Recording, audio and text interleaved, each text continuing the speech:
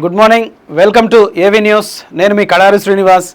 నేటి తరం పేపర్ విశ్లేషణలో భాగంగా ఈరోజు మరి బ్యానర్ ఐటమ్గా ఏముందో ఒకసారి మనం చూసుకుందాం. నేటి తరం దినపత్రిక అన్ని వాస్తవాలే. ఇక్కడ మనం బ్యానర్ ఐటమ్గా చూసుకుంటే కారు పార్టీ లీడర్లు చిన్న చిన్న వార్తలకు షాక్ అవుతున్నారు. కారు పార్టీ లీడర్లు షాక్ అయ్యారోచ్. కాంగ్రెస్ సోషల్ మీడియా గజగజ. కాంగ్రెస్ సోషల్ మీడియాను చూస్తే కారు పార్టీ వాళ్ళకు గజగజ భయం అవుతుందట. హరీష్ రావుకు ఉలికిపాటులు ఎక్కువైతున్నాయి. అష్టదిగ్బంధనం చేస్తున్నాడు. ఇక్కడ మనం మొత్తం ఫోటోలు చూడొచ్చు. దీన్ని బట్టి మీకు ఏమర్థమవుతుంది? పార్టీ మారడం లేదు, నేను పార్టీ మారడం లేదు అని బీఆర్ఎస్లో ఉన్నోళ్ళు, ఎందుకంటే పార్టీలు మారుతున్నాయి. అధికార పార్టీ ఏది ఉంటే అందులోకి జంప్ అయ్యే కొన్ని జంపు జిలానీలు ఉంటారు కదా, వాళ్ళు కూడా ఇప్పుడు బీఆర్ఎస్లో ఉన్నట్టుగా మనం ఇక్కడ ఒక వార్తను మనం చూస్తున్నాం. పార్టీ మారుతున్నారా? ఢిల్లీలో మీటింగు, టికెట్ తమకే. హరీష్ రావు పార్టీ మారుతున్నాడా? ప్రతి క్షణం పరిశీలన, ప్రతి విషయంపై ప్రచారం చేస్తుంది బీఆర్ఎస్. అలాగే కాంగ్రెస్ సోషల్ మీడియా బలంగా దూకుడుగా అది వ్యవహరిస్తున్న తీరు కాంగ్రెస్ సోషల్ మీడియా బాగుందట. ఇక డిజిటల్ టీం కూడా చాలా బాగా వర్కింగ్ చేస్తున్నట్టుగా, ట్రెండింగ్ చేస్తున్నట్టుగా మనకు కనపడుతుంది. వార్తలు, విశ్లేషణలు, మీడియా, మీమ్స్ కూడా ఎక్కువగా చేస్తుందట. అయితే ఇలా బ్యానర్ ఐటమ్గా చీఫ్ ఎడిటర్ బొమ్మ అమరేందర్ గారు రాసింది. మనం ఒక్కసారి కంటెంట్లోకి వెళ్తాం. ఉలిక్కి పడుతున్నారు, ఉత్తగానే ఆగమవుతున్నారు. భయంతో కాదు, విశ్వాసంతో ముందడుగేస్తే రాజకీయ భవిష్యత్తు ఉంటుంది. ఎక్స్క్లూజివ్ అది కంటెంట్గా మనం చూస్తున్నాం. ఎందుకంటే ఉలిక్కిపాటు వద్దు, భయపడొద్దు. ఒక పథకం ప్రకారంగా మనం ముందడుగేస్తే రాజకీయంలో మళ్ళీ అధికారం దక్కించుకోవచ్చు అనే విషయాన్ని ఇక్కడ ప్రస్తావించినట్టుగా బొమ్మ అమరేందర్ చీఫ్ ఎడిటర్ గారు ఇక్కడ మనకు చెప్తున్నారు. ఇక కంటెంట్లోకి వెళ్తే, సొంత నియోజకవర్గంలో కొందరు నాయకులు వ్యతిరేకమవుతున్నారు. వచ్చే ఎన్నికల్లో టికెట్ తమకే అని ప్రచారం చేసుకుంటున్నారు. అవసరమైతే హరీష్కు భయపడాల్సిన అవసరం లేదోయ్ బీఆర్ఎస్ శ్రేణులకు చెప్తున్నారు. దాంతో హరీష్ రావులో ఉన్న అంతర్మదనం ఆయనపై రకరకాల వార్తలు వచ్చేలా చేస్తోంది. నిజం చెప్పాలంటే పదే పదే ఆయన వివరణ ఇవ్వాల్సిన అవసరం కూడా లేదు. హరీష్ రావు ఢిల్లీ పర్యటన ముందే పార్టీ ఒక ప్రకటన చేస్తే సరిపోయేది. ఢిల్లీ వెళ్ళిన నాయకులైనా సరే ఏ పని మీద వెళ్తున్నారో చెప్పాల్సింది. అలాగా జరగాల్సిన ప్రచారం జరిగిపోయింది. తర్వాత చెప్పుకుంటే ఏమొచ్చింది? సోషల్ మీడియా ప్రచారానికి ఎందుకు అంతగా వనకాల్సి వస్తుంది? ఆర్మూర్ మాజీ ఎమ్మెల్యే జీవన్ రెడ్డి విషయంలోనూ అదే జరిగింది. ఆయన కూడా వివరణ ఇచ్చుకోవాల్సి వచ్చింది. ఇలాంటి పరిస్థితి సృష్టించుకున్నది కేవలం బీఆర్ఎస్ నేతలే. అది వారి స్వయంకృత అపరాధమే. ఎప్పటికైనా రాజకీయంగా ఇబ్బందికరమే. కొన్ని ఎవ్వరూ మనల్ని ఏం చేయలేరు, నేను అజేయుడను, తెలంగాణ రాష్ట్రాన్ని తెచ్చింది నేను కేసీఆర్ అంటే తెలంగాణ అంటే కేసీఆర్ అని అనుకొని ఒక అహం నెత్తికెక్కిన తర్వాత ఇవాళ స్వయంకృత అపరాధమే. ఇదొక మాట మనం అండర్లైన్ చేసుకోవాలి. స్వయంకృత అపరాధమే. కేవలం టీఆర్ఎస్ నుంచి బీఆర్ఎస్గా వచ్చిన తర్వాత దాని పతనం మొదలైందనేది ఒకటి. ఎందుకంటే టీఆర్ఎస్ అంటే మనలో ఒక ప్రాంతీయ పార్టీ కాబట్టి ఆత్మ గౌరవ నినాదం ఆ పార్టీలో కనపడింది.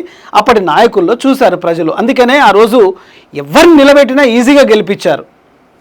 కానీ 2 దఫాలుగా 2014, 2018లో ముఖ్యమంత్రిగా కేసీఆర్ అయిన తర్వాత ఈ 3వ ఎలక్షన్లో పూర్తిగా స్వయంకృత అపరాధం చేసుకోవడం వల్ల ఆయా ఎమ్మెల్యేలు పూర్తిగా ఆర్థికంగా నిలదొక్కుకోవడానికి ప్రకృతి వనరులన్నీ కొల్లగొట్టారు. ఇసుక కొల్లగొట్టారు, చెరువులు కొల్లగొట్టారు, ఆర్థిక సంపదను కొల్లగొట్టారు, ఫామ్ హౌజులు పెట్టుకున్నారు, సొంత బ్యాంకు బ్యాలెన్స్ పెట్టుకున్నారు. కేసీఆర్ తెచ్చిన పథకాల్లో ప్రతి ఒక్క దాంట్లో వాళ్ళ హస్తం చూపించుకున్నారు. వాళ్ళ స్వార్థ బుద్ధి, వాళ్ళ దుర్బుద్ధిని చూపించుకున్నారు. అందుకనే స్వయంకృత అపరాధమే, వాళ్ళ ఎమ్మెల్యేలు చేసిన అపరాధమే కేసీఆర్కి తలవంపులు తెచ్చేలా ఉంది. ఇవాళ కేసీఆర్ పెద్దోడు అయిపోయి జర వయసు మీద పడడంతో ఫామ్ హౌస్కే పరిమితం కాబట్టి ఇవాళ కేటీఆర్, హరీష్ రావు 2 వర్గాలుగా విభజింపబడిపోతున్నాయి.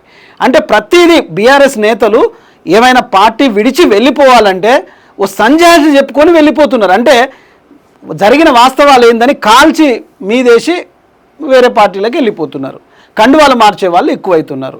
అంటే ఉత్తగానే ఉలికిపాటు పడుతున్నట్టుగా ఇక్కడ బీఆర్ఎస్ పార్టీని ప్రధాన ఐటెంలో మనం చూస్తున్నాం. ఇక నమ్మకం లేని రాజకీయాలు ఎంత చేసినా, ఎంతకాలం చేసినా వృధానే అని పెద్దలు అన్నారు. నాయకులు మీద పార్టీ మీద నాయకులకు కొంచెమైనా నమ్మకం ఉండాలి, కానీ అనుమానాలు ఉండకూడదు. ప్రతిసారి ఆ విశ్వాసం గురించి చెప్పుకోవాల్సిన అవసరం అసలే రావద్దు. నిజం చెప్పాలంటే BRS social media Congress social media కంటే చాలా వెనుకబడి ఉంది. అధికారంలో ఉన్నప్పుడు కాంగ్రెస్ సోషల్ మీడియాకు భయపడుతూ వచ్చింది. ఇప్పుడు అధికారంలో ఉన్న కాంగ్రెస్ సోషల్ మీడియాకే బీఆర్ఎస్ పార్టీ భయపడుతోంది. బీఆర్ఎస్ నాయకులు, పార్టీ పెద్దలు ఎంత సంపాదించుకున్నారో తెలియంది కాదు. నేను చెప్పుకున్నా కదా ఇందాక, ప్రతి విషయంలో తమ చేతి వాటాన్ని చూపించుకున్నారు. మీడియా ఉత్త పుణ్యానికి పనిచేయాలన్నట్లు బీఆర్ఎస్ నాయకులు వ్యవహారం ఇప్పటికీ కొనసాగుతుంది. బీఆర్ఎస్ రెండోసారి అధికారంలోకి వచ్చిన నాటి నుంచి కాంగ్రెస్ సోషల్ మీడియా పార్టీ నాయకులు తరుముతూనే ఉన్నారు. బీఆర్ఎస్ నాయకులు ఆనాటి నుంచి కంటి మీద కునుకు లేకుండా చేస్తున్నారు. ముఖ్యంగా సీఎం రేవంత్ రెడ్డి కాంగ్రెస్లో చేరి పీసీసీ అధ్యక్షుడైన తర్వాత బీఆర్ఎస్ నాయకులకు పరిగెత్తించిన తీరు అంతా ఇంత వర్ణించడం కాదు. ఓడిపోయిన తర్వాత తాము కూడా ఓ 30 సోషల్ మీడియా ఛానళ్ళు పెట్టుకుంటే బాగుండేది అని కేటీఆర్ ఒక మాట అన్నాడట. సోషల్ మీడియా అనేది ఒక్క యూట్యూబ్ ఛానల్స్ మాత్రమే కాదు. ఇప్పటికీ బీఆర్ఎస్ కోసం పనిచేసే పత్రికలు అనేకం ఉన్నాయి. కానీ వాటిని బీఆర్ఎస్ నాయకులు పట్టించుకోరు. అంటే సోషల్ మీడియాను నమ్ముకొని మొదలు అధికారంలోకి వచ్చింది బీజేపీ. గుజరాత్ ముఖ్యమంత్రిగా ఉన్న నరేంద్ర మోడీ ఏకపక్షంగా సోషల్ మీడియాను నమ్ముకొని పూర్తిగా ఆనాటి కాంగ్రెస్ ప్రభుత్వాన్ని సోషల్ మీడియాలో ఎండగట్టి అధికారంలోకి రావడం జరిగింది. ఇప్పటికీ 3వసారి కూడా అధికారాన్ని దక్కించుకున్నారు. కేవలం సోషల్ మీడియా యొక్క బలం, తెర వెనుక బలం, రాజకీయ వ్యూహం, రాజకీయ ఎత్తుగడలు, ప్రతి ఒక్క మాటను తమ వైపు మళ్లించుకునేట్టుగా ఎడిట్ చేసి చేయడంలో ముఖ్యంగా తెలంగాణ రాష్ట్రంలో కాంగ్రెస్ సోషల్ మీడియా బలంగా పనిచేస్తుంది. ఎందుకంటే వాళ్లకు ఆ డబ్బులు, నిధులు సమకూరుస్తున్నారు, ప్రభుత్వం వారికి చేతులుగా ఉంటుంది. కానీ బీఆర్ఎస్ సోషల్ మీడియాకి వాళ్ళు ఏమి ఇయ్యరు, డబ్బులు ఇయ్యరు, ఎంత పని చేసినా ఇయ్యకపోయేసరికి ఎవరు మాత్రం ఏం చేస్తారు? అందరికీ భార్య పిల్లలు, ఒక కుటుంబం, ఒక వ్యవస్థ ఉంది కదా. అదే ఇక్కడ స్వయంకృత అపరాధంగా భావిస్తోంది. ఇక తెలంగాణ ఉద్యమ పత్రికలను కాపాడుకోరు. ఎంతసేపు తిట్టినా, తుమ్మినా, నిత్యం ఆరోపణలు గుప్పించిన ఆంధ్ర ఛానళ్ళు, ఆంధ్ర పత్రికల్లో వచ్చిన వార్తనే బీఆర్ఎస్ అగ్రనేతలు సంతోషిస్తారు. ఇది కరెక్ట్ పాయింట్. తెలంగాణలో, ఉమ్మడి ఆంధ్రప్రదేశ్లో ఉన్నప్పుడు తెలంగాణ అస్తిత్వం కోసం పోరాడిన పత్రికలు ఏదైనా ఇవాళ చెప్పుకున్న పెద్ద ఇంత పొడుగు పత్రికలు ఉన్నాయి కదా, ఎవరైనా చెప్పారా? సోషల్ మీడియానే కదా, ఆ రోజు కూడా డిజిటల్ మీడియానే కదా. ఇవాళ తెలంగాణ రాష్ట్రం వచ్చిన తర్వాత కూడా భావదరిద్రం ఏంటంటే మళ్ళీ అదే ఛానళ్ళకి, అదే ఆంధ్ర ఛానళ్ళకి, అదే ఆంధ్ర పేపర్లకి మళ్ళా మన ప్రభుత్వం ఒత్తాసు పలకడం. తెలంగాణ ప్రజలు కోరుకున్న, తెచ్చుకున్న, సంపాదించుకున్న, కొట్లాడుకొని సాధించుకున్న తెలంగాణలో మళ్ళీ ఈ ఆంధ్ర పత్రికలకే, ఆంధ్ర ఛానళ్ళకే దాసోహమై గులంగిరి కొడుతున్నారు. ఆ ఆంధ్ర పత్రికలు, ఆంధ్ర ఛానళ్ళకే ఈ బీఆర్ఎస్ లీడర్లు సంకలు గుద్దుకొని సంతోషిస్తున్నారు. ఇక్కడ కుండ బద్దలు కొట్టినట్టుగా చూపిస్తున్నా. రైట్, ఆంధ్ర మీడియా ఎంత దుమ్మెత్తిపోసినా మళ్ళీ ఆ మీడియా వంచనే చేరుతున్నారు. ఎంత దుమ్మెత్తిపోసినా మళ్ళా అదే మీడియాను నమ్ముకుంటున్నారు. కానీ కాంగ్రెస్ పార్టీ ఆ పని చేయలేదు. తెలంగాణ మీద అవగాహన ఉన్న కొన్ని పత్రికలను, కొన్ని యూట్యూబ్ ఛానల్స్ను చూసుకుంది. పైగా తెలంగాణలో బీఆర్ఎస్ వైఫల్యాల మీద పూర్తిగా అవగాహన ఉన్న కొంతమందితో సోషల్ మీడియాను కొనసాగిస్తూ వస్తోంది. అందుకే ప్రతిసారి బీఆర్ఎస్ కాంగ్రెస్ చేతిలో బోల్తా పడుతుంది, అపజయ పాలవుతోంది. ఆ సోషల్ మీడియా కవిత కూడా పరోక్షంగా మైలేజ్ ఇస్తుండడంతో బీఆర్ఎస్ నాయకులు ఉక్కిరి బిక్కిరి అవుతున్నారు. ఇదంతా బీఆర్ఎస్ పార్టీకి స్వయంకృత అపరాధమే. ఇప్పటికైనా సరే బీఆర్ఎస్ నాయకులు తమ వాదనను, తమ పనిని ప్రజల్లోకి వెళ్ళి చెప్పుకోవాలి. వాళ్ళు చేస్తున్న పనిని డిజిటల్ మీడియా, సోషల్ మీడియా, మన తెలంగాణ పత్రికలనే నమ్ముకొని పనిచేయాలి. ఆంధ్ర పత్రికలను, ఆంధ్ర యూట్యూబ్ ఛానళ్లను, ఆంధ్ర మీడియాను నమ్ముకుంటే వాళ్ళు దుమ్మెత్తి పోసినా మళ్ళా వాళ్ళ చెప్పులు పోయడానికే మీరు వెళ్తుంటారు. ఆ పత్రికలలో వస్తే సంకలు గుద్దుకొని సంతోషిస్తారు. ఇదా మీరు తెలంగాణకు చేసుకునేది? ఇదా తెలంగాణ ప్రజలు కోరుకున్నది? ఒకసారి బీఆర్ఎస్ అధికారం కోల్పోవడానికి స్వయంకృత అపరాధం ఎక్కడెక్కడ జరిగిందో ప్రతి అక్షరంలో ఇది అక్షర సత్యంగా కనిపిస్తోంది. చదవండి మీరు నేటి తరం పేపర్ను. ప్రధానంగా ఈ దినపత్రికలో నేటి తరం పేపర్లో బ్యానర్ ఐటమ్గా మొత్తం క్లియర్గా రాస్తుంది. ఇట్లా ఎంత చెప్పుకుంటూ పోయినా ఓడిపోయినోడే సమాధానం చెప్పాలి, గెలిచినోడు సమాధానం చెప్పడు. కానీ గెలిచినోడు ఎందుకు గెలిచిండో ఖచ్చితంగా మనం ఆలోచించాలి. దాని వెనుక ఉన్న రాజకీయం ఏంటి, దాని వెనుక ఉన్న ప్రణాళికలు ఏంటి, ఎందుకు విజయం మనం సాధించుకోలేకపోయినాం, అవతల వాడు ఎందుకు సాధించుకున్నాడు అనే విషయాలైతే మనం అంతర్మదనం చేసుకోవాలి కదా. ఇవాళ అధికారం కోల్పోగొట్టుకుంది స్వయంకృత అపరాధమే కదా, బీఆర్ఎస్ నేతల వైఫల్యమే కదా. కనీసం వాళ్ళు చేసుకున్న అభివృద్ధిని కూడా వాళ్ళు చెప్పుకోలేకపోతున్నారు. ఇవాళ పార్టీలు మారి వేరే కాంగ్రెస్ అధికార పార్టీలోకి వెళ్తున్న వాళ్ళు కుండ బద్దలు కొట్టినట్టు మీరు చేస్తున్న చేతలను చెప్పి మరీ వెళ్తున్నారు. అంటే ఇంతకంటే ఇంకేం కావాలి, నష్టం ఏం కావాలి? నిజంగా కేసీఆర్కి ఎంతో కష్టపడి తెలంగాణ రాష్ట్రాన్ని, సరే ఏదో ఒకటి అయిపోయి తెలంగాణ రాష్ట్రానికి సారథ్యం వహించిన నిజంగా తెలంగాణ బ్రతికున్న రోజులు కేసీఆర్ని గుర్తుపెట్టుకుంటుంది, దాంట్లో ఎటువంటి తేడా లేదు. కానీ ఆ పాలన వ్యవహారం, ఆ పాలన పగ్గాలు సరిగ్గా చేయక, తన మందిబలం సరిగ్గా ఉండక అధికారం కోల్పోవాల్సి వచ్చింది. తిరిగి మరి సార్వత్రిక ఎన్నికలు వస్తున్న నేపథ్యంలో ఖచ్చితంగా ఇప్పటికైనా సరే బీఆర్ఎస్ శ్రేణులు తెలంగాణ మీడియానే ఎంచుకోండి, తెలంగాణ పత్రికలనే, తెలంగాణ ఛానల్స్నే ఎంచుకోండి. ఈ ఆంధ్ర ఛానల్స్ తిరుగుపోకండి. ఈ ఆంధ్ర పత్రికలకు మీరు వేలకు వేలు ధారపోసి లక్షలకు లక్షలు యాడ్లు ఇచ్చేసి మీరు తెలంగాణ ప్రజల సొమ్మును ఆంధ్ర ఛానళ్లకు అప్పజెప్పకండి. మొత్తానికి బ్యానర్ ఐటమ్గా ఇది మనం చూసుకుంటున్నాం. ఖచ్చితంగా భయంతో కాదు, ఒక నమ్మకంతో అడుగు ముందుకేస్తే అధికారం చేజిక్కించుకోవచ్చు అనే ఐటమ్ది మనం చూస్తున్నాం. ఇక రెండో పేజీలో మనం ఒకసారి చూసుకుంటే నేటితరం దినపత్రికలో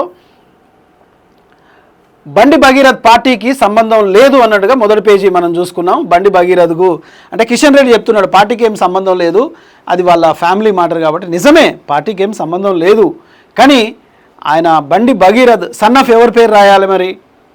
బండి సంజయ్ అని చెప్పేసి రాయాల్సి ఉందే కదా ఖచ్చితంగా. సన్ ఆఫ్ మరి ఎవరి పేరు రాయాలి? మరి ఆయన చేసే పని ఏంది? సో తండ్రికి తలవంపులు తీసుకొచ్చిన విషయం మనందరికీ తెలుసు, దాని మీద మనం ఏం కామెంట్ చేయలేం. ఖచ్చితంగా కిషన్ రెడ్డి ఏమంటుందంటే ఆయన కుమారుడు కాబట్టి 14 రోజులు రిమాండ్ విధించారు, దీంతో చెర్లపల్లి జైలుకు బండి భగీరథను తరలించారు.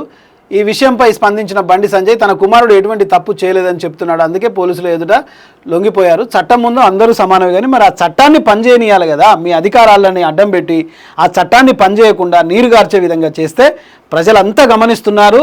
ఇవాళ బండి భగీరథకి శిక్ష పడకపోతే తెలంగాణలో కాంగ్రెస్ పార్టీకి, బీజేపీకి పార్టీకి పుట్టగతులు లేకుండా ప్రజలు ఓట్లేసి తమ అభిప్రాయాన్ని వెలిబుచ్చుతారు. అది మీరు చేసుకున్న స్వయం కృపారాధమే అవుతుంది. ఇక మరొక వార్తను చూసుకుంటుంటే భానుడి బగబగ వారం రోజుల పాటు జాగ్రత్తగా ఉండాలి. ఎందుకంటే 41, 44 డిగ్రీలు ఎండ ఎక్కువగా ఉంది కాబట్టి ప్రజలు అవసరం అనుకుంటేనే బయటికి రండి. అనవసరంగా ఎండలో తిరిగి ముఖ్యంగా వృద్ధులు, చంటి పిల్లల తల్లులు కానీ, గర్భంతో ఉన్న ఆడవాళ్ళు కానీ, మహిళలు కానీ ఎండకు ఉండొద్దు అనేది డాక్టర్ల సూచన మనం ఇక్కడ చూస్తున్నాం. ఇక విమానయాన సంస్థలకు భారీ ఊరట, ఏవియేషన్ వ్యూయల్పై వ్యాట్ తగ్గింపు, ఈ వ్యాట్ అనేది తగ్గిందనేది మనం ఇక్కడ చూస్తున్నాం. వెండి దిగుమతులపై ఆంక్షలు, ఆదేశాలు జారీ చేసిన కేంద్రం. పశ్చిమాసియాలో సంక్షోభం వేళ ఇటీవల బంగారం, వెండి దిగుమతులపై సుంకాన్ని పెంచిన కేంద్ర ప్రభుత్వం తాజాగా మరిన్ని చర్యలు తీసుకుంది. వెండి దిగుమతులపై ఆంక్షలు విధించింది, స్వేచ్ఛా విధానం నుంచి పరిమిత విధానానికి సవరించింది. ఈ నిర్ణయం తక్షణమే అమల్లోకి వస్తుందని విదేశీ వాణిజ్య విభాగ డైరెక్టర్ జనరల్ ఓ నోటిఫికేషన్ తెలిపింది. సో ఇది. ఇక మైనర్ బాలిక వాంగ్మూలం నమోదు. మైనర్ బాలిక లైంగిక దాడి ఆరోపణలు ఎదుర్కొంటున్న బండి భగీరథ్పై ఫోక్సో కేసులో కీలక పరిణామం చోటు చేసుకుంది. బాధితురాలి వాంగ్మూలాన్ని పోలీసులు నమోదు చేశారు. మేడ్చల్ మేజిస్ట్రేట్ ఎదుట బాధితురాలు, ఆమె తల్లి వాంగ్మూలాలను 40 నిమిషాల పాటు రికార్డు చేశారు. ఇప్పటికే బాధితురాలి వాంగ్మూలాలను 2 సార్లు పోలీసులు నమోదు చేశారు. మరోవైపు భగీరథ్ దేశం దాటిపోకుండా పోలీసులు లుకౌట్ నోటీసులు జారీ చేసిన విషయం కూడా తెలిసిందే. 5 బృందాలు అతనిపై వెతుకుతున్నాయట. ఫోక్సో కేసులో నమోదవడంతో అతడితో టచ్లో ఉన్న వారిపై, స్నేహితులపై, బంధువుల ఇండ్లపై కూడా సోదాలు నిర్వహిస్తున్నట్టుగా మనం ఇక్కడ చూస్తున్నాం.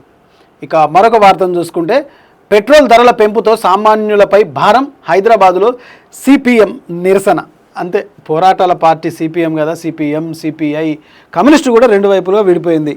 సో నిజంగా పెట్రోల్ ధర పెంపడం అంటే మన పెట్రోల్ ధరలు పెంపడం అంటే నిజానికి కిషన్ రెడ్డి గారు ఏమంటారంటే అనివార్యం అని అంటున్నారు. కానీ పెట్రోల్ ధరలు పెరగడం ఇది కేవలం బీజేపీ ప్రభుత్వ వైఫల్యం అని చెప్పక తప్పదు. ఎందుకంటే అధికారంలోకి రాకముందు మోడీ గారు ఎలాంటి మాటలు మాట్లాడారో మనందరికీ తెలుసు. నల్ల డబ్బు వెనక్కి తీసుకొస్తా, ఉద్యోగాలు ఇస్తా, ప్రతి మహిళకు డబ్బులు ఇస్తా, ప్రతి మహిళ అకౌంట్లో డబ్బులు వేస్తా అని చెప్పిన ఇవన్నీ చేసి వేలకు వేలు కోట్లు పెత్తందారి వ్యవస్థలో ఉన్న నీరవ్ మోడీకి వాళ్లకు పూర్తిగా మాఫీ చేశాడు. ఆ భారాన్ని అంతా ప్రజల నెత్తిన మీద వేసి పెట్రోల్ రూపంలో, పన్నుల రూపంలో, జిఎస్టీ రూపంలో అన్నీ మన మీద పెడుతున్నాడు. ప్రజలారా మీరు ఆలోచించాలి. ఇక ఉప్పల్ వరంగల్ రూట్లో ట్రాఫిక్ ఆంక్షలు. వరంగల్ బస్ స్టాప్ నల్ల చెరువుకు తరలింపు. ఉప్పల్ ఎలివేటెడ్ కారిడార్ నిర్మాణ పనులు శరవేగంగా జరుగుతున్నాయి. చూస్తున్నాం కదా ఉప్పల్లో ఆ పనులన్నీ జరుగుతున్నాయి. కొద్దిగా ఆ వరంగల్ బస్ స్టాప్ అనేది కొద్దిగా నల్ల చెరువు వరకు తరలించిరట, అది నోట్ చేసుకోండి. ఇక మొయినాబాద్ జంట హత్య కేసు నిందితురాలు ఆత్మహత్య.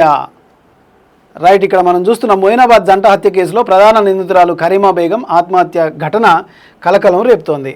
అబేదా బేగం, మహబూబీ తాండూరు పట్టణం ఇందిరమ్మ కాలనీలో ఉండే దంపతులు కరీమా బేగం, రెహమాన్ వీరి బంధువైన నయీంకు వేరువేరుగా కొంత డబ్బు అప్పుగా ఇచ్చారు. చాలా రోజులు అవ్వడంతో డబ్బులు తిరిగి ఇవ్వాలని వారిపై మహిళలు ఇద్దరూ ఒత్తిడి తెచ్చారు. దీంతో వారిని చంపేయాలని కరీమా బేగం, రెహమాన్, నయీం పథకం వేశారు. డబ్బు ఇస్తామని నమ్మించి ముందుగా మహబూబీని మొయినాబాద్ సమీపంలో తోల్కట్టా ఫామ్ హౌస్ వద్దకు తీసుకెళ్లి గొంతు నులిమి హత్య చేశారు. ఈ హత్య రాజకీయాలు, ఈ ఈ సంస్కృతి తెలంగాణకి ఎందుకు వచ్చిందో, ఎలా వచ్చిందో అర్థం కాదు. కేవలం డబ్బుల గురించే. ఆ డబ్బులు తీసుకునేటప్పుడు మంచిగా తీసుకుంటారు, తిరిగి ఇవ్వాలంటే మాత్రం యమ సతాయిస్తారు. ఇది ఒక అలవాటుగా మారిపోయింది. ముఖ్యంగా దొంగలు ఎక్కువగా తయారైపోయారు. నమ్మించి నీ పక్కన ఉన్న వాళ్ళే, నీ నీడగా వచ్చే వాళ్ళే అన్న, తమ్మి, మామ, ఏ వరుస అయితే ఆ వరుస కాకా అని పిలిచి పూర్తిగా మీ నుంచి డబ్బులు రాబట్టుకొని తర్వాత ముఖం చాటేస్తారు. జాగ్రత్త, డబ్బులు ఎవ్వరికీ ఇవ్వకండి, మీరు డబ్బులు ఎవరిని అడగకండి, డబ్బుల విషయంలో జాగ్రత్తగా ఉండండి. ఇక మరొక వార్త చూసుకుంటే జవహర్ నగర్ చోరీ కేసును ఛేదించిన పోలీసులు నేపాలీ దంపతులతో పాటు మరొకరికి అరెస్టు. Very good. సికింద్రాబాద్లోని జవహర్ నగర్లో జరిగిన చోరీ కేసును పోలీసులు ఛేదించారు. వృద్ధ దంపతులను కట్టేసి ఇంట్లో చోరీ చేసిన నేపాలీ ముఠాలో కీలక నిందితులను అరెస్టు చేశారు. Very good. రైట్, మరొక వార్త చూసుకున్నాం. MP Arvind versus MLA Sanjay Kumar social మీడియాలో మాటల యుద్ధం. ఇప్పుడే చదువుకున్నాం కదా, కాంగ్రెస్ సోషల్ మీడియా బలంగా ఉంటుంది అండ్ అలాగే బీఆర్ఎస్ సోషల్ మీడియా కొద్దిగా వీక్గా ఉంటుంది. కాబట్టి సోషల్ మీడియాలో ఆ కొట్లాట జరుగుతున్నదని మనం చూస్తున్నాం. రైట్, బుల్లెట్ బండి ఎక్కిన చంద్రబాబు. బుల్లెట్ బండి కాకపోతే ఆయన ఏ బండి అయినా ఎక్కుతాడు. రైట్, కాంగ్రెస్ ఆఫీసులో దొంగతనం చేసి లవ్ యూ అని నోట్ రాసిపోయిండట ఒక ప్రబుద్ధుడు. అబ్బా, ఎక్కడ ఇది? ఛత్తీస్గఢ్లోని కాంగ్రెస్ జిల్లా కార్యాలయంలో ఆసక్తి ఘటన చోటు చేసుకుంది. అక్కడ ఏర్పాటు చేసిన డజన్ల కొద్ది స్టీల్ ల్యాప్లు చోరీకి గురయ్యాయి. అయితే దొంగతనానికి పాల్పడిన వారు నోటు రాసి మరీ వెళ్లడం చర్చానీయమైంది. సర్గుజా జిల్లాలోని అంబికాపూర్లో ఉన్న కాంగ్రెస్ కార్యాలయంలో ఈ ఘటన చోటు చేసుకుంది. దొంగలు దాదాపు 73 ల్యాప్లు ఎత్తుకెళ్లిపోయారు. పార్టీ నాయకులని పేర్కొన్నారు. ఇదే క్రమంలో చోరీ చేసిన వారు నేలపై దుమ్ము మీద లవ్ యూ అని రాసి వెళ్ళినట్టుగా వెల్లడిస్తున్నారు. అంటే దొంగతనంలో ఇదొక క్రేజీ దొంగతనం అన్నట్టు. ఇదిగా ల్యాప్టాప్లు ఎత్తుకపోవడమే కాకుండా కింద లవ్ యూ అని రాసి పెట్టిరట. అంటే వాడు తీయటి దొంగ, ప్రేమించే దొంగ అన్నట్టుగా. రైట్, మరొక వార్త చూసుకున్నాం. గన్నవరం ఎయిర్పోర్ట్ మూసివేత అంటూ దుష్ప్రచారాన్ని నమ్మొద్దు అంటుంది ప్రభుత్వం. విజయవాడ అంతర్జాతీయ విమానాశ్రయం మూసివేస్తారంటూ జరుగుతున్న దుష్ప్రచారాన్ని ఏపీ ప్రభుత్వం ఖండించింది. ఇదేం తీసేరట, ఆ దుష్ప్రచారాలను కూడా నమ్మొద్దు అని మనం ఇక్కడ వార్త చూస్తున్నాం. ఇది ముఖ్యంగా 2వ పేజీలో ఉన్న వార్త. ఇక 3వ పేజీలోకి వస్తే, రైట్, 4వ పేజీలో నేటి తరం వార్తను మనం ఒకసారి గమనిస్తే శ్రీ రేణుకా ఎల్లమ్మ బోనాల మహోత్సవం ఆహ్వానం అంటూ ఇక్కడ ఒక వార్త చూస్తున్నాం. సిద్దిపేట జిల్లా గజ్వేల్ మండలం పీడచ్చేడు గ్రామంలో రేణుకా ఎల్లమ్మ వారి వార్షిక బోనాల ఉత్సవం అత్యంత వైభవంగా నిర్వహించడానికి గ్రామ గౌడ పెద్దలు మరియు కమిటీ సభ్యులు నిర్ణయించారు. కాబట్టి ఈ నెల 17 నుంచి 19 వరకు నిర్వహిస్తున్నారు. సో ఎవరైతే ఉన్నారో వాళ్ళు ఆ మహోత్సవానికి వెళ్లాల్సిందిగా ఇక్కడ ఆహ్వానం పలుకుతున్నారు.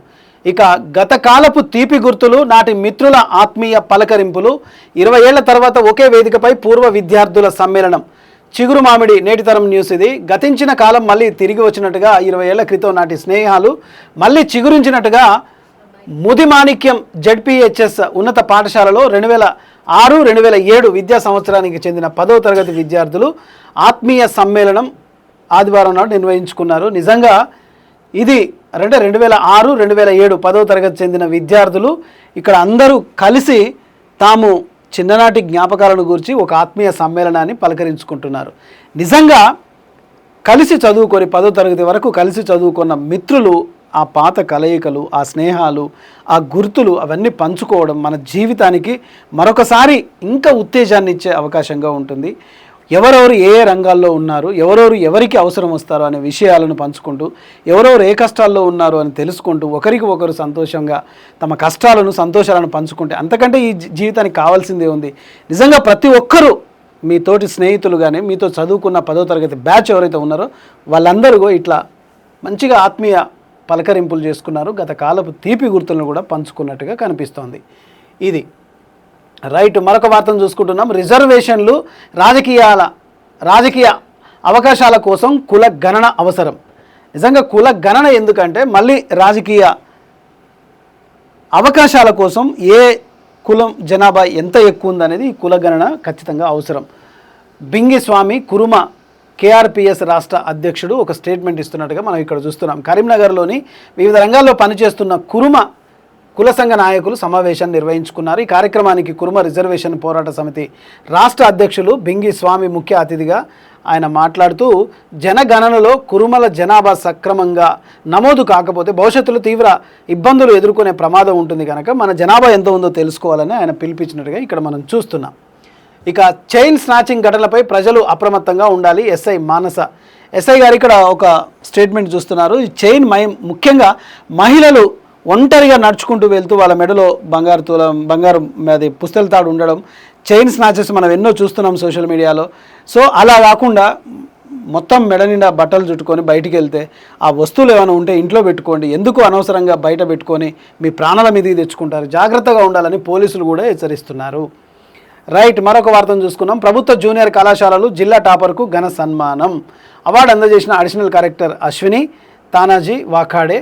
ప్రభుత్వ కళాశాలల్లోనే మెరుగైన విద్య డిఐఈఓ ఆంజనేయరావు. నిజంగా ప్రభుత్వ స్కూళ్ళు, ప్రభుత్వ డిగ్రీ కాలేజీలు, ప్రభుత్వ ఇంటర్ కాలేజీలు అక్కడ చదువుకొని ఒక ప్రతిభను కనబరిస్తే ఖచ్చితంగా భవిష్యత్తులో మీకే ఎక్కువగా అవకాశాలు ఉంటాయి. ఈ ప్రైవేట్ విద్యాలయాల తెరువు ఎక్కువగా పోకండి, అక్కడ ఎక్కువగా ఫీజులు కట్టకండి. ఎందుకంటే ప్రభుత్వ పాఠశాలల్లో, కాలేజీల్లో, యూనివర్సిటీలలో ఉండే అధ్యాపకులు అత్యంత ప్రతిభ కలిగిన వాళ్ళు.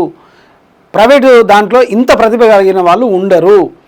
ఇది అందరికీ తెలుసు, కానీ మనం మారిన రోజే మనలో ఆ వెలుగు అనేది కనిపిస్తుంది. రైట్, విద్యా వారోత్సవ క్రీడా పురస్కారాల్లో జిల్లా పరిషత్ ఉన్నత పాఠశాల R కాలనీ విద్యార్థులు అంటూ ఒక వార్త చూస్తున్నాం. విజయ్ సీఎం కావడంపై నేనెందుకు అసూయపడతా సూపర్ స్టార్ రజనీకాంత్. అంటే రజనీకాంత్ కొన్ని మాటలు అన్నట్టుగా సోషల్ మీడియాలో వస్తున్న వార్తలపై రజనీకాంత్ గారు ఇక్కడ ఒక క్లారిఫికేషన్ ఇచ్చుకున్నాడు. విజయ్ నాకు సమకాలీకుడు కాదు, ఆయన నాకు 25 ఏళ్ల వ్యత్యాసం ఉంది. తమిళనాడు ప్రజలు మార్పును కోరుకున్నారు కాబట్టి విజయ్ని గెలిపించుకున్నారు.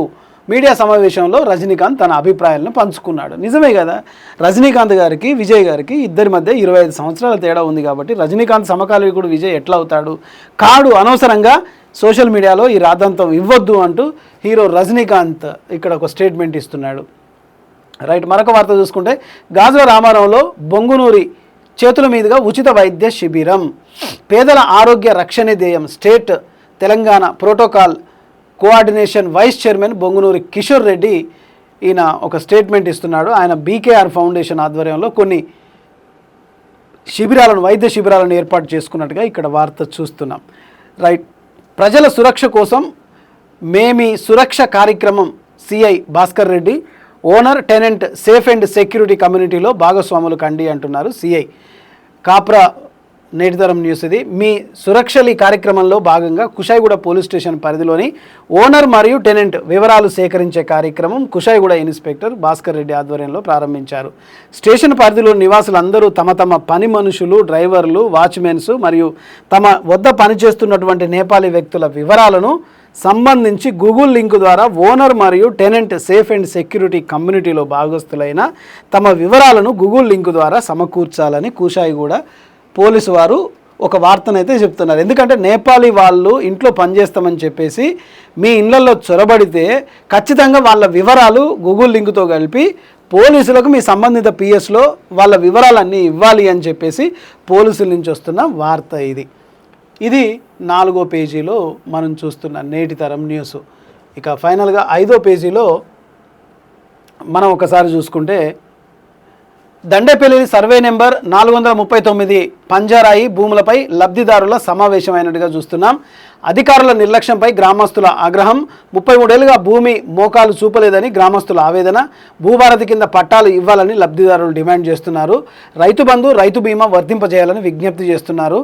260 కుటుంబాలకు న్యాయం చేయాలని కమిటీ అధ్యక్షుడు కామెర లక్ష్మణ్ డిమాండ్ చేసి పాస్ పుస్తకాలు ఉన్న భూములు గుర్తింపు లేదని బాధితులు వాపోతున్నారు. వాళ్లకు భూములు ఉన్నాయి కానీ పాస్బుక్లు ఉన్నా వాళ్లకు రైతు బంధు పడతలేదు, లేకపోతే ఇంకొకటి రైతు బీమా వస్తలేదు, తర్వాత ఇంకా రైతుకు ఏవైతే పథకాలు ఉన్నాయో ఆ పథకాలు అయితే మాకు వస్తలేవు, ఖచ్చితంగా మమ్మల్ని గుర్తించండి అని చెప్పేసి రైతు ఇక్కడ ఆవేదన పడుతున్నాడు. ఒకసారి ప్రభుత్వం ఖచ్చితంగా దీని మీద దృష్టి సారించాలి. ఇక సూరారం ప్రీమియర్ లీగ్ విజేత KNR కింగ్స్ నేటితరం మెదక్ జిల్లా వార్త. ఇది క్రీడాకారులకు సంబంధించి ఇది చూస్తున్నాం. నర్సాపూర్ గ్రామంలో హైబ్రిడ్ జొన్న సొప్ప దగ్ధమైపోయినట్టుగా ఖానాపూర్ నియోజకవర్గంలో ఈ ఘటన మనం చూస్తున్నాం. సొప్ప ఎంత తగలబడిపోతుంది చూడు. అకస్మాత్తుగా అగ్నికి పంట చేను బూడిదైందని చెప్తున్నారు. ఎడ్లకు ఆవులకు పశుగ్రాసం లేకుండా పోయిందని రైతు కన్నీరు పెట్టుకుంటున్నట్టుగా ఇక్కడ మనం చూస్తున్నాం. ఇక్కడ లోకల్గా ఎవరున్నారో మరి లీడర్లు ఎవరైతే ఉంటారో వాళ్ళు దీన్ని పట్టించుకొని ముఖ్యమంత్రి దాకా తీసుకొని వెళ్లాల్సిన అవసరం ఉంది. ఇక మృతుని కుటుంబానికి ఆర్థిక సాయం అందజేసిన మాజీ డిప్యూటీ స్పీకర్ పద్మా దేవేందర్ రెడ్డి. చిన్నశంకర్పేట మండలం షాలిపేట గ్రామానికి చెందిన ఉప్పనూరి దుర్గయ్య అనారోగ్యంతో మరణించడం జరిగింది.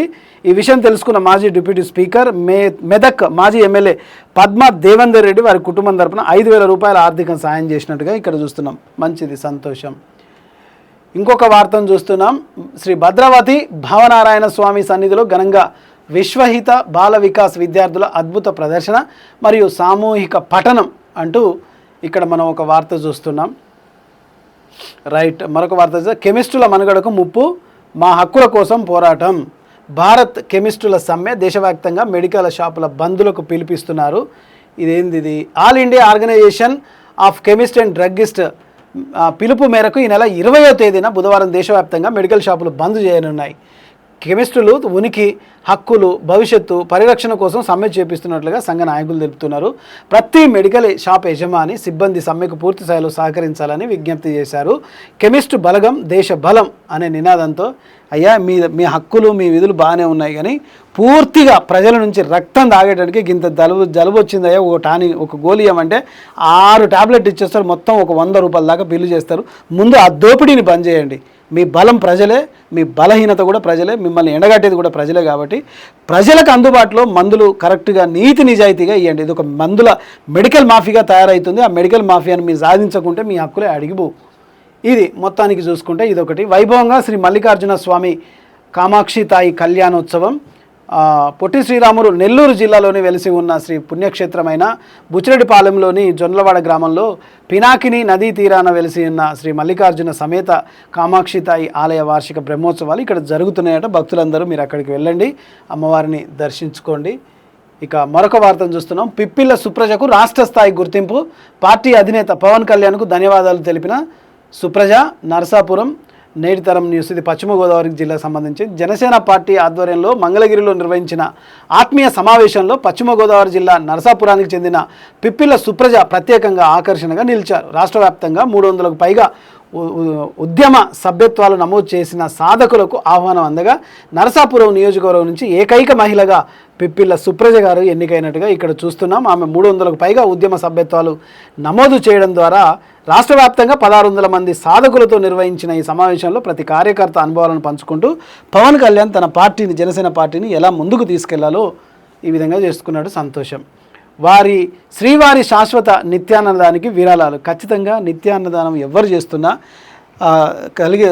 అది ఆర్థికంతో బలంగా ఉన్నవారు ఖచ్చితంగా మీకు తోచిన సహాయాన్ని ఈ నిత్యాన్నదానం చేసే ఆధ్యాత్మ నిలయాలకు మీ ధారాళంగా కానుకలు ఇవ్వండి, విరాళాలుగా అందించండి. ఇది మంచి పని. నలుగురికి ఆహారం దొరుకుతుంది, కడుపు నింపుతుంది. ఇది అన్నం పెట్టే పని కాబట్టి భగవంతుడు కూడా మీకు ఖచ్చితంగా మీ పనులకు మంచి కలిగేలాగున ఆయన కూడా ఆశీర్వదిస్తాడు.